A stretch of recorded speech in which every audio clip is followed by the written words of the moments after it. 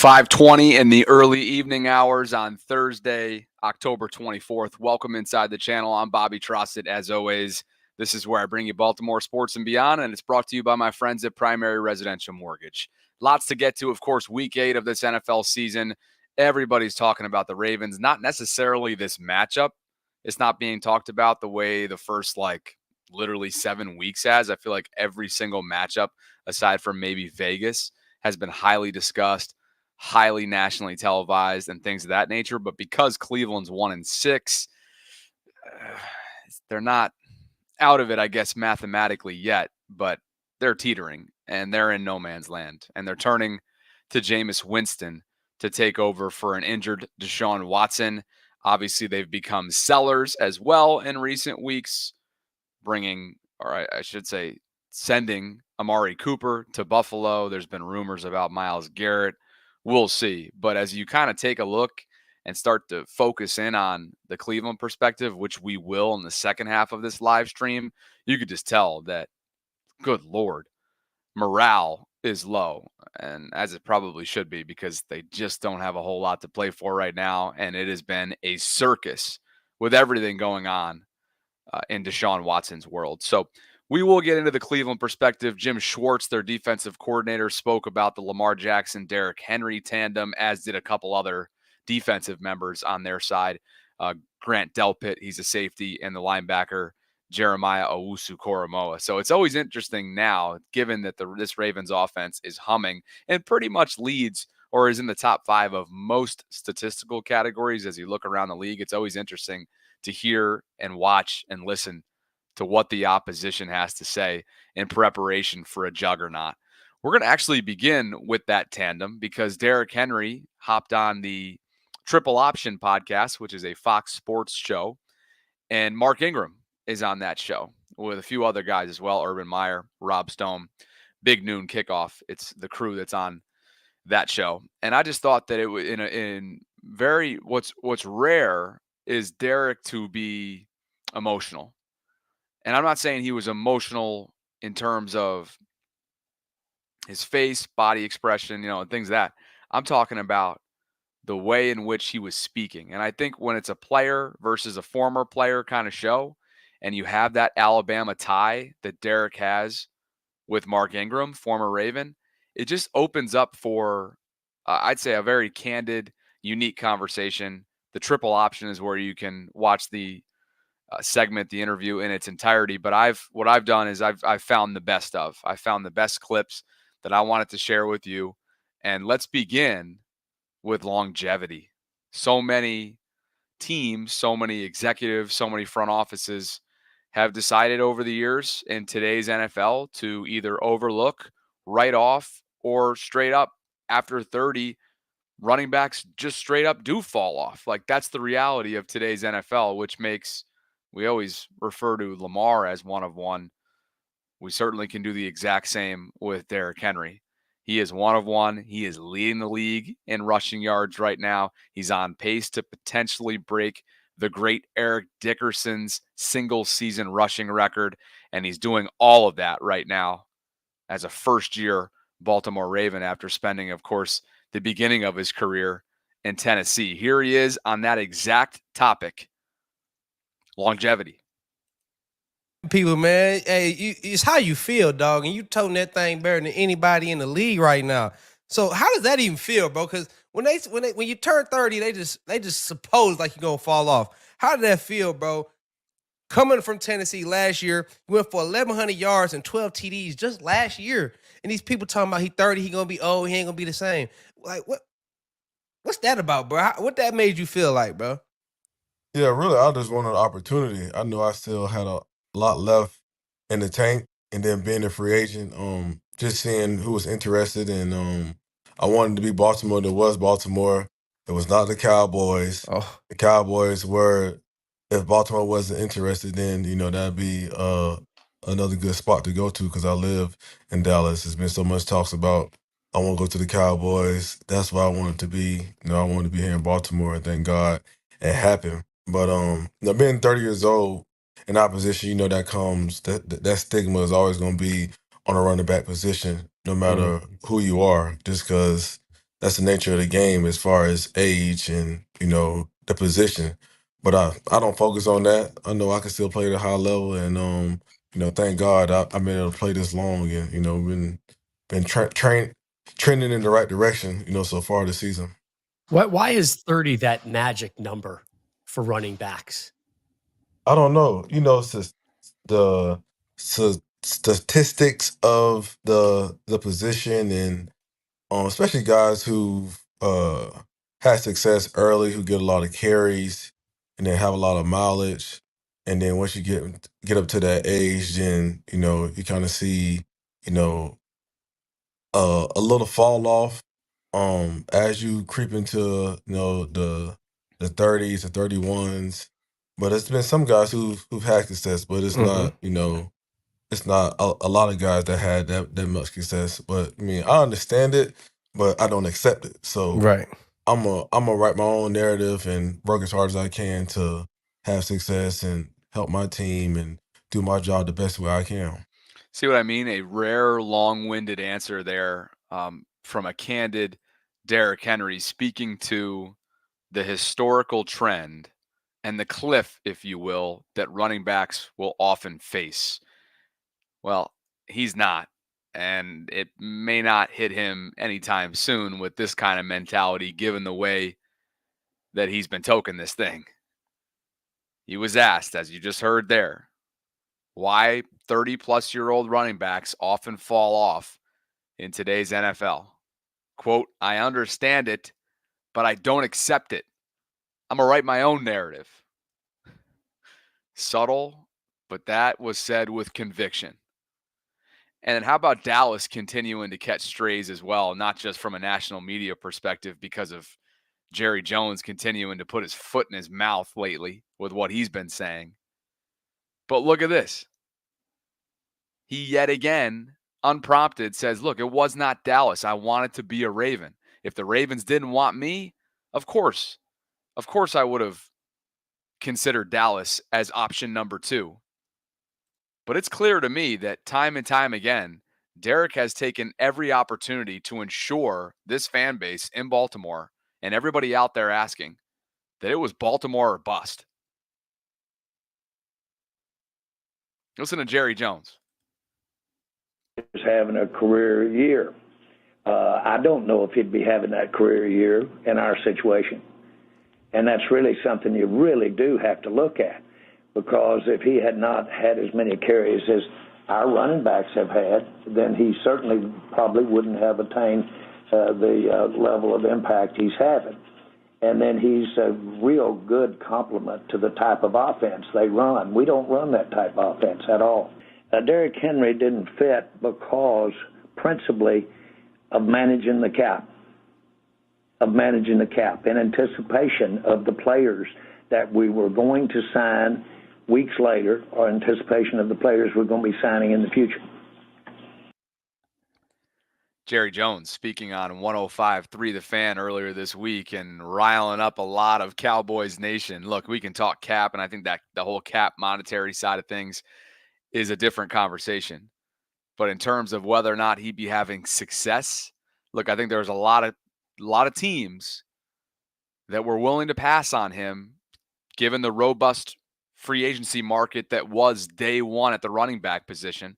I believe Josh Jacobs, Saquon Barkley, and a few others. Was DeAndre Swift one of those? There were a couple on day one that came off the board immediately.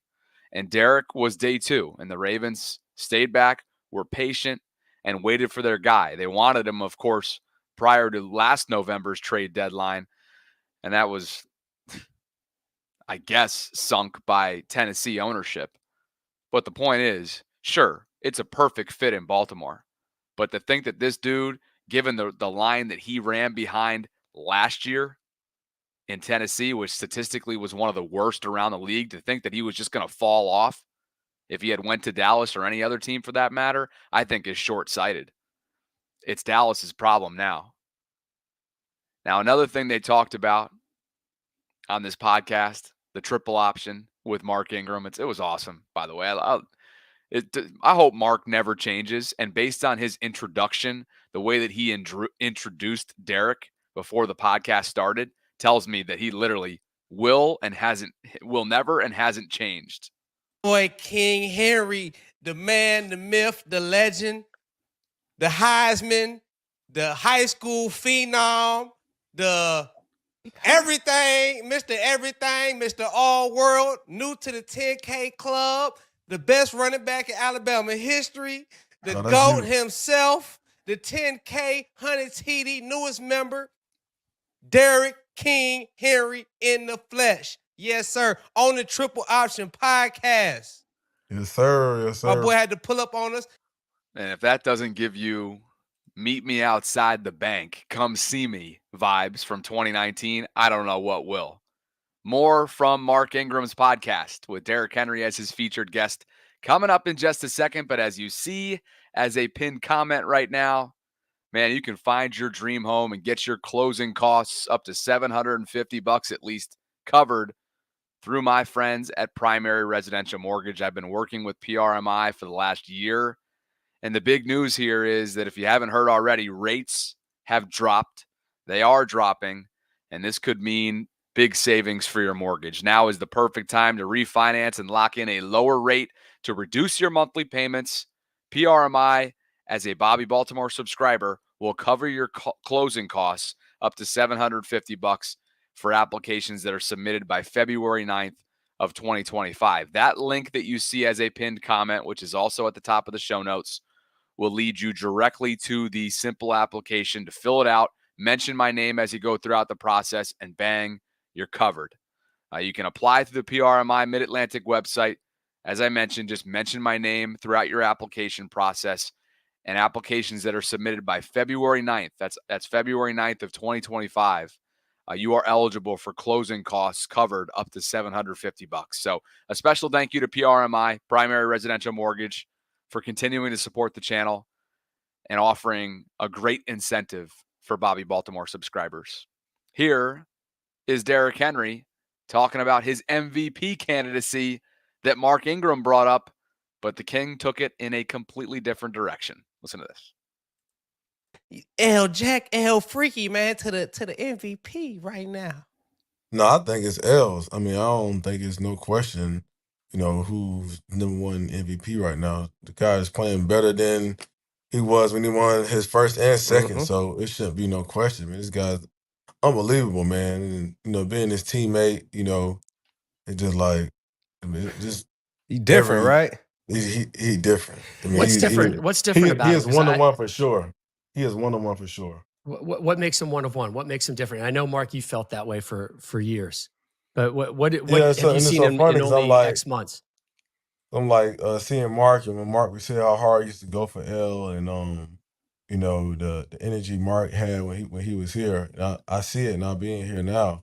L just a great teammate, man, and it's so much.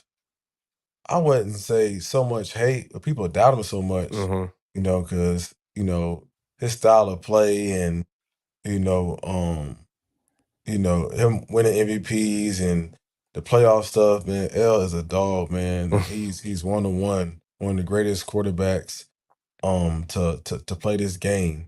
And we chasing something, and we all know what we chasing, and we know we gotta keep working and getting better throughout the season to get to where we want to go. But he works hard at practice. He's a leader. He demands excellence from his team, from his teammates. He communicates what he wants. And it just shows on game days when he go out there and plays. Dude is electric in every single way.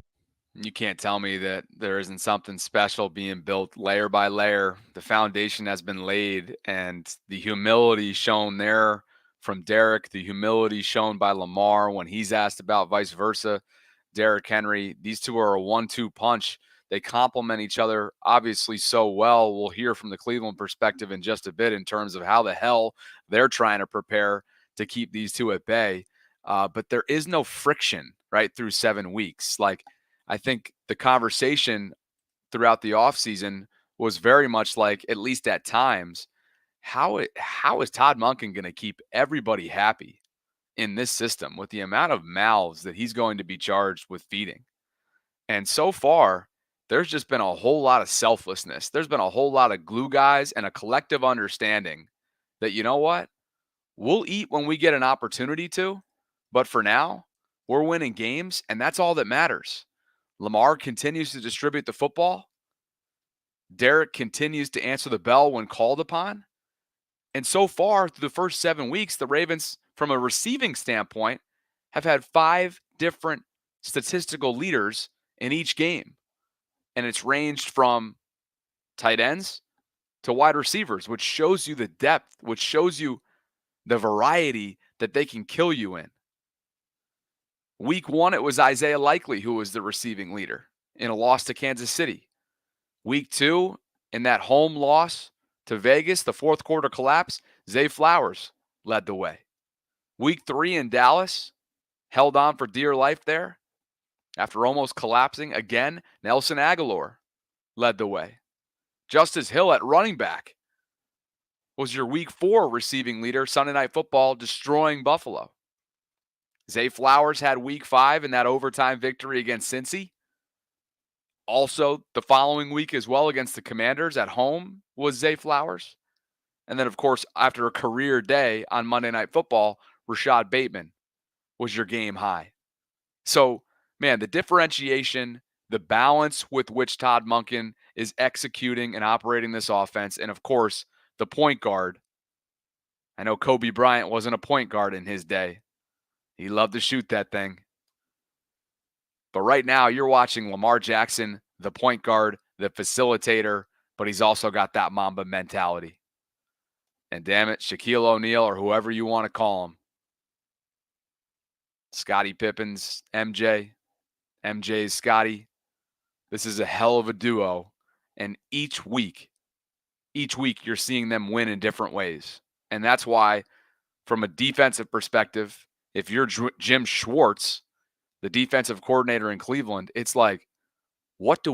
We have the athletes in the middle part of the defense to contain Lamar because we've had success containing him in the past.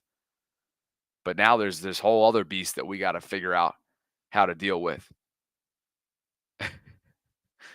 And as much as we can stack the box and sell out to stop the run, now Lamar can beat us through the air. And he's having the best in-pocket performance type of season that he's ever had in his 6+ year career. It is a pick your poison offense. It is a just dare. We dare you. And as Bill Belichick has often said in recent weeks, and I think it's probably the most accurate thing out there yet, throughout this 5-game win streak, and you could maybe even argue the same through the first 2 weeks against Kansas City and Vegas, the only team that can truly beat the Ravens are the Ravens. And if Bill Belichick's saying that, I tend to agree. Here's where the duo ranks right now. Of course, a lot of chatter about whether or not they'd be worthy candidates for MVP and Offensive Player of the Year, respectively. All I know is they're both chilling top 5. And in Derrick Henry's case, it's top 2, and it ain't 2 in rushing. 873 yards thus far, leads the way comfortably over San Francisco's Jordan Mason. Lamar Jackson's a top 5 passer with over 1,800 passing yards. He's also a top 11 rusher. And again, that's among all players, not just quarterbacks. So this duo is lethal.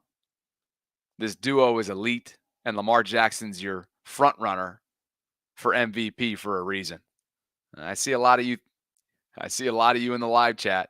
Canton's like, listen, Winston's still going to light us up. And that might be the case. Jameis Winston, who's a gunslinger, could very well be capable because of how susceptible the Ravens defense has been, particularly on the back end, which has been magnified because of the lack of pressure in crunch time that the defensive front is putting on the offensive line and opposing quarterbacks. But I still can't pick against the Ravens this week because of these two, because of their ability to put up 30+ what looks to be in their sleep. I can't pick against them. But I'm with you, Canton. I think Winston's going to be able to put up some points. I do. Here's where Derrick ranks this season. Just ridiculous. First in rushes, first in rushing yards, first in rushing touchdowns, first in yards per rush, first in rushing first downs, first in longest rush, first in scrimmage yards, first in scrimmage touchdowns. And yet again, that look in his eye. How'd you like to be a defensive back or a linebacker or anybody for that matter who's tasked with getting in front of this guy and bringing him down, regardless of whether you go high or low, when he's going over 20 miles an hour and he's built like a freight train, like an ox? No thanks. He is a man possessed. And as we learned in this interview with Mark Ingram and many other media appearances that Derrick has made so far this year, he's loving the fit and his time thus far in Baltimore. I feel like there's just this endless amount of statistics that reflect what this group is doing offensively. Here's another one of them, which is really a team stat offensively speaking. Lamar Jackson leads the way league-wide with the highest passing EPA this year entering week 8.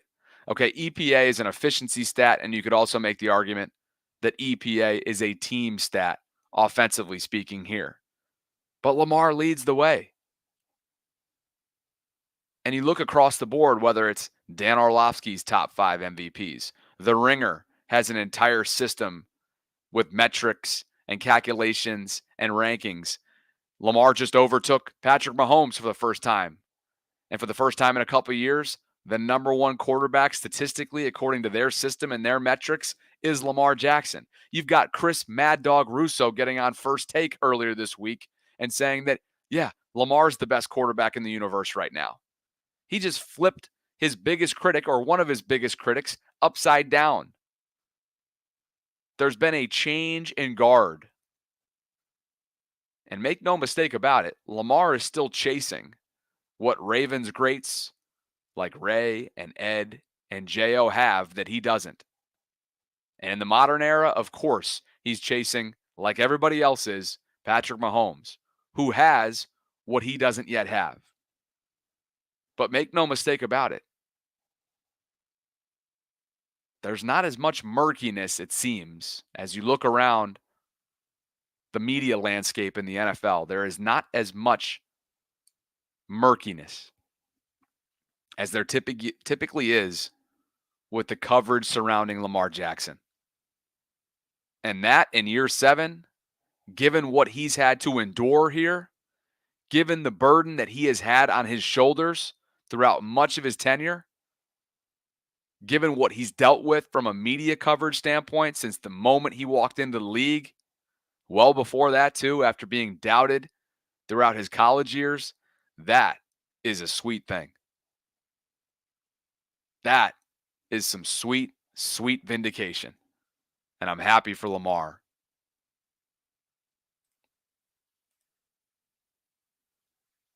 Derrick Henry has more rushing yards than a boatload of teams across the NFL right now. And look, I know there's a lot of people out there, including Mike Greenberg on ESPN, that feel like Derrick is the MVP. And they're entitled to their opinion. I would put him as the OPOY right now and Lamar as the MVP because everything runs through Lamar. And strictly speaking to volume, that's Lamar. Derrick's the closer. Derrick puts this thing over the top. And as you can see, Derrick might put the Ravens over the top single-handedly coming up on Sunday. He's got 10 touchdowns from the line of scrimmage. The entire Cleveland Browns team alone has 9.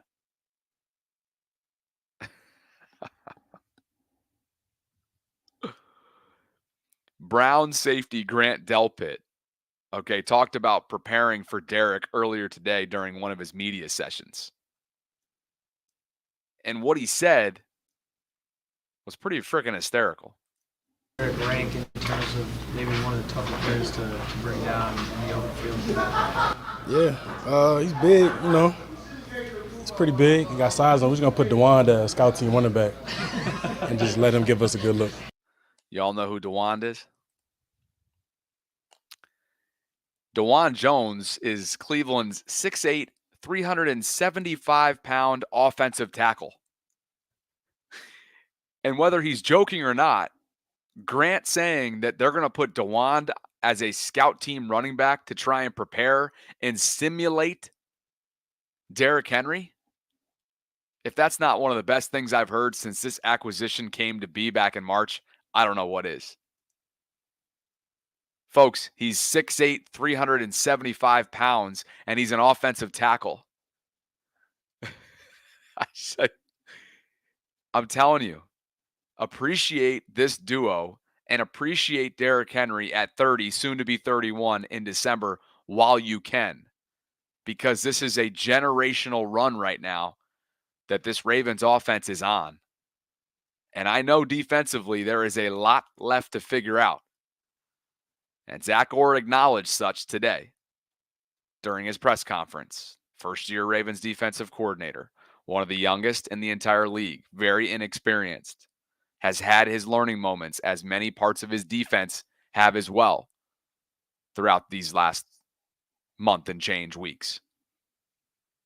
But make no mistake about it, week in and week out, there will be, and I'm literally watching, pardon the interruption, right now as we speak, and they're talking about what's more likely this season, Derrick Henry to break Eric Dickerson's single-season record or MV3 for Lamar. Everybody is talking about this. I literally am not even sleeping because I'm trying to consume all of this content, make sense of it, react to it, and provide it for you here in this forum. It is exhausting. It's absolutely exhausting. I skipped the gym because of it today. There's an overabundance of conversation. There's an overabundance of content because this is different. It feels different, offensively speaking, in Baltimore. And my, oh my, have things come full circle, because it wasn't, 20-plus years ago for the OGs in the crowd? Ravens couldn't even put up points in that 2000 Super Bowl season.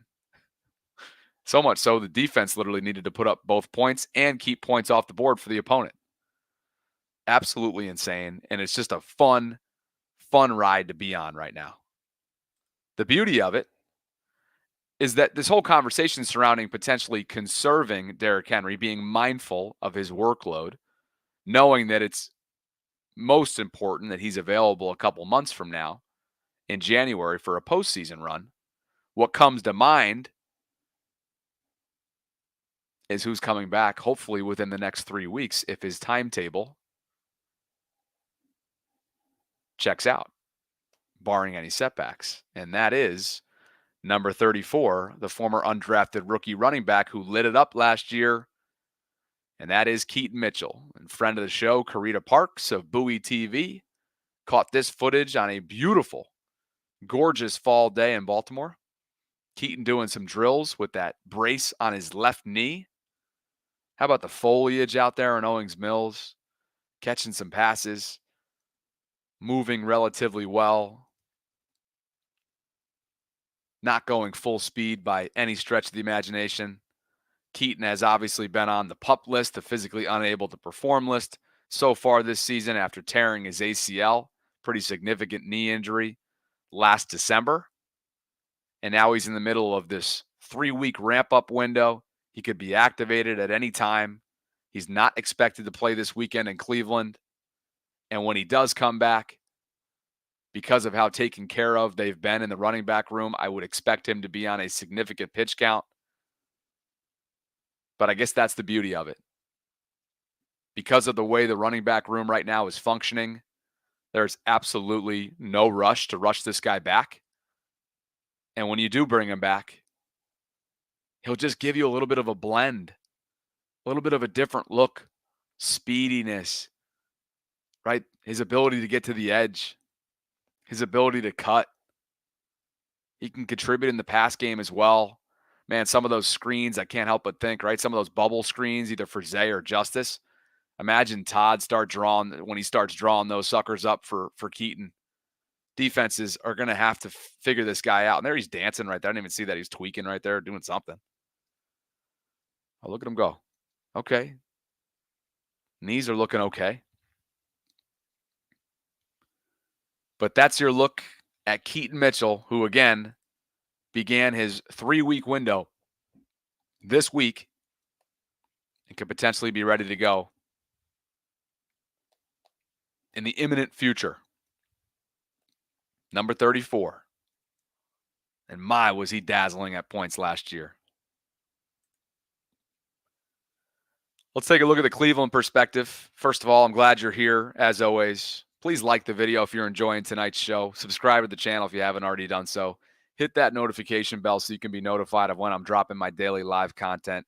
And please, if you would, regardless of whether if you're in the home buying process or not, please just click that link that I have, the application link, as a pinned comment in the live chat. That registers as somebody visiting the site, and it means a lot to me and my brand sponsors. So again, if you're not in the home buying process, if you're not in that market, in that world, would still love for you to click that link, check out the website, and at the very least, just show some support. Thanks, guys. As far as the Cleveland perspective is concerned, this is a 1-6 team. This is a team that does not have Deshaun Watson, who tore his Achilles last weekend. This is a team who is now turning to the veteran Jameis Winston, who Todd Monken knows well from his time working with him in Tampa Bay. This is also a team that has Nick Chubb back after last year's brutal knee injury that he sustained.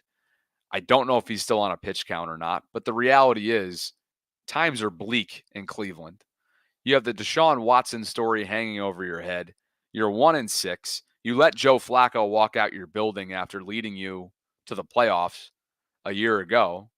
And now you welcome in the top-ranked offense in so many categories to your building coming up on Sunday, including the front runner for MVP, and that is LJ8. Defensive coordinator Jim Schwartz spoke earlier today about preparation for that guy. It's been pretty much over his career. He's gone from a run-first quarterback to a pass-first quarterback that can make plays with his feet. Has a lot more quick throws in there. There's been times in the past that he sort of zeroed in on one receiver. When you got good players, you want to zero in on one guy. But now he's spreading the ball around to a lot more people. Has that combination of getting it out quick, but he can also make a play when the play breaks down. And he threatens all 53 in the third, 110 or 120 yards of the field. He's sideline to sideline, and he can go north-south in a hurry also. So, they pretty much opened the whole passing game up to him. And he can rely on that, but he also has those legs that he can make explosive plays. I mean, I think he leads the NFL in explosive runs. Jim Schwartz, and the key takeaway there from Cleveland's defensive coordinator was this quote: he's gone from a run-first quarterback to a pass-first quarterback that can make plays with his feet. And checking my mentions, and I tweeted that video out earlier today, some took offense to that within Ravens country. I don't know why. I mean, is he not building up Lamar's ability, or is he downplaying Lamar's ability to kill you with his legs by saying that? No, I think he's just trying to acknowledge what a lot of us know, and that is tremendous growth has been seen from Lamar in the pocket, making his checks, diagnosing at the line of scrimmage, right? Being empowered by Todd Monken, distributing the football, distributing it with precision, throwing outside the numbers, throwing the deep ball, particularly to bait this season, right? And making more sound decisions. I felt like he put his body in a little bit more in harm's way than usual on Monday night. I didn't like some of those design quarterback runs or some of those pulls, but hey, you got to kind of let Lamar be Lamar. And the reality is he's never been banged up significantly because of those types of plays. He's just too elusive.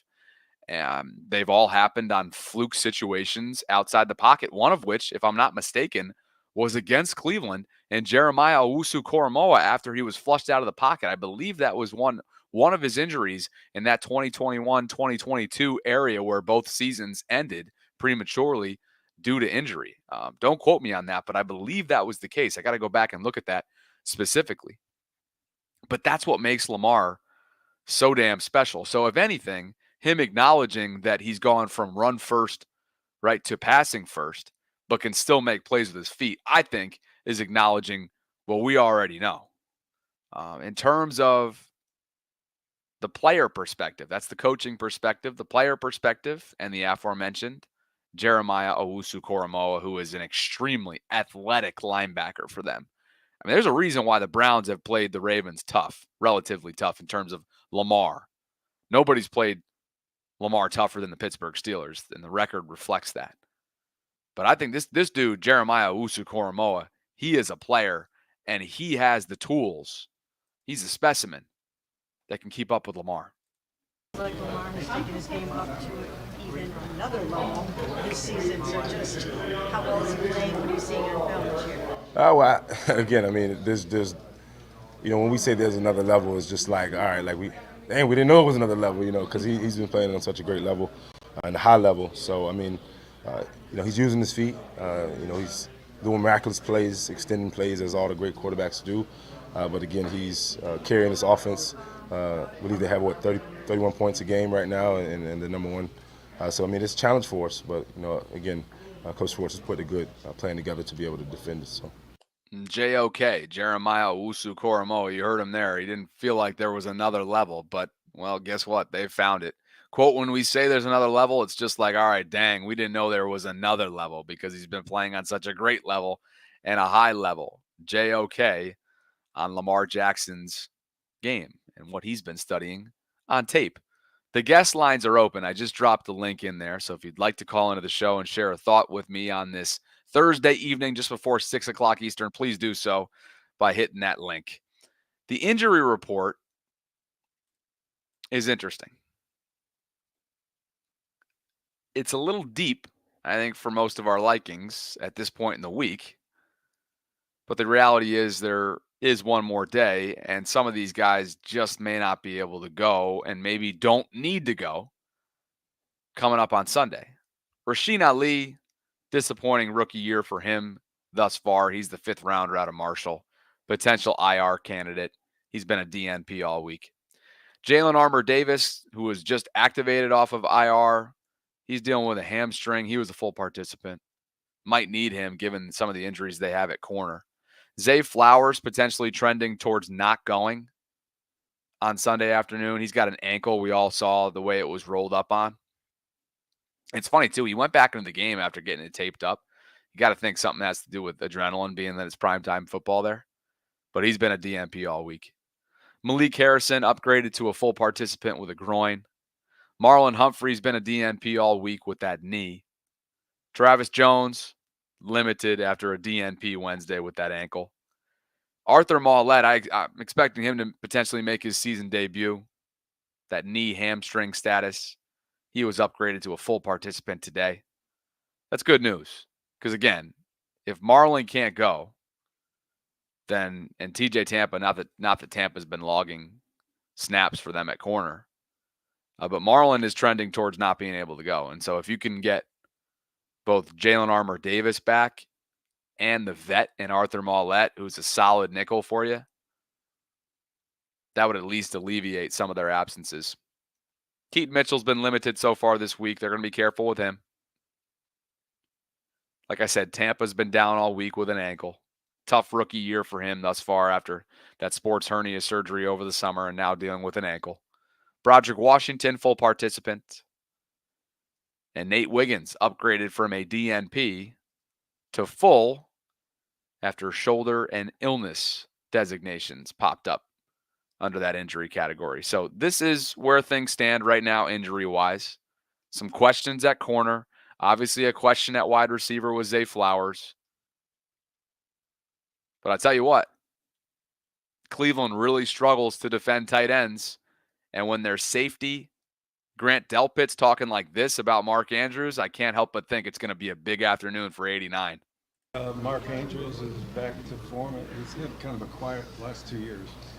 Yeah, no, I think that likely is showing up more. I think that he's kind of becoming their more go-to guy. But it's two good tight ends out there. Do not overlook 89. I'm telling you right now, if he gets going, I know it, Chef. I'm getting you in right here. But if he gets going, and he's starting to stack games, Mark is, after a 2-touchdown performance. Of course, he passes Todd Heap's record, breaks a new record for all-time receiving touchdowns in Ravens franchise history, and he did so in year 7, which was tremendous. But he's starting to come on. That toe tap was a thing of beauty on Monday night. And I'm telling you, Cleveland has had a difficult time stopping tight ends. The Ravens have as well at times in the middle part of the field. So I don't know. If you're throwing some money around this week, you may start to look at some props there related to Mark Andrews. Guest lines are open. If you'd like to call in, hit that link that's included in the show notes below. Over 600 of you joining me concurrently this evening. So glad you can be here. We're gearing up for week 8 of this NFL season. It kicks off tonight, by the way. Vikings and Rams. Is that tonight? Yeah. Is it? Yeah, Vikings-Rams, I believe, is tonight. I don't know. ESPN's on in the background. It's muted. Anyway, Trez, what's good, brother? Man, nothing much. Just taking a little break from work. But, yeah, that's crazy. I mean, yeah, Mark had a slow start, obviously. I mean, he's coming off that, crazy injury to your ankle. I mean, that hurts your mobility, your elusiveness as well. But, yep. I mean, to count out, I can't even think of how many all-pros he has. To count out an all-pro player like Mark Andrews, to me, it doesn't make any sense. I mean, a versatile key player is always going to be a versatile key player. Sure, they may fall off the wagon or something like that, but you still have to account for them. It's not like, they start hibernating or something. Like, you still got to account for them. Yeah. Another thing is kind of like what you were talking about yesterday about, the defense, how it was a little slow. I feel like, with trade deadline coming up, I feel like you could get the best of both worlds. Defensive end, probably some extra help in the secondary. But with that happening, I would also kind of expect someone to leave. Not saying I want Marcus Williams to leave or Broderick Washington to leave. But, I mean, again, you can't have the best of both worlds where you keep all your players and, trade a couple picks and then, everything works. I mean, you got 53 on a roster. You got a little bit of roster manipulation with, practice squad a little bit and IR. But, it's not a perfect world. Somebody's going to have to go. And like I said before, I mean, a championship offense needs a championship defense. And a championship offense needs a defense to close in the fourth quarter instead of giving up 3 touchdowns and not allowing or not forcing one pressure in the entire fourth quarter as a defensive front. It's just not going to cut it, which is why I was really open to the idea of at least having the conversation this week when that Zadarius Smith report came up from Stainbrook in Cleveland. We'll see. They'll get a look at him this weekend. They'll get a look at him this weekend, and we'll see. And I can't help but think, even though a bag is a bag and it's life-changing, and when you're as old as Jadeveon Clowney is, you take it and run, I'm sure. And he wanted to go home as well since he's from the area. But you can't help but think the competitor in Jadeveon isn't second-guessing some things about walking last offseason. The Ravens weren't going to pay him the way that Carolina was going to and did. And I can't imagine many teams would have. But the Panthers were willing to. And maybe that's a great understanding of why they are who they are this year. But the reality is that was one of the most consistent defensive players for them last year. And they've been inconsistent up front. Yeah. I mean, you look at, several other organizations that, I mean, I hate to say, the Browns are contagious, but it's like you look at several other organizations that end up doing Browns-like decisions like, the Panthers, or funny enough, the Dallas Cowboys seem like that same organization, except they win, but like they just make decisions that don't really translate to helping team success. But one player that, or safety that I think could help would be Tyrann Mathieu. I mean, he's with the Saints. Saints aren't doing too hot. I'm not really salary cap guru. I don't know if the numbers really work. I'm just a regular guy who's just like, yeah, that's cool. I hope it happens. But, that could be something to look at. I mean, he's still playing at a pretty good level. Obviously, not to harp on Marcus Williams again, but he's not playing at bottom of the wait a second. PFF Why wouldn't we harp on him? Well, no, I mean, not to just keep bagging on the guy. Obviously, he is not playing good, but Tyrann Mathieu is not playing at bottom of the PFF level of safety play. I don't. It's just so crazy because you look at the Ravens organization, they always have great safeties, linebackers, defensive ends, and it's just I don't know how they missed. Listen, I think we should all be harping on Marcus Williams because it hasn't been good enough, and it's not all his fault. All the issues on the back end are far from all his fault. But when you have the money that the Ravens have tied up into you, the way they do with him, you're going to take some of that brunt, for right or for wrong. You're going to take some of that brunt. And that was a very uncharacteristic move they made, backing up the Brinks trunk for him in 2022. I want to say it was 5 for 70. It was a lot. Something like that. At the time, everybody, I feel like a majority of the fan base, we were all for it because they were like, he was playing good. He was a little banged up, but from his time with the Saints, he was playing great. He was, and I can remember as well feeling optimistic about the signing. And granted, hey, he's had his flashes, but availability has not been a calling card of his. The torn pec certainly didn't help. And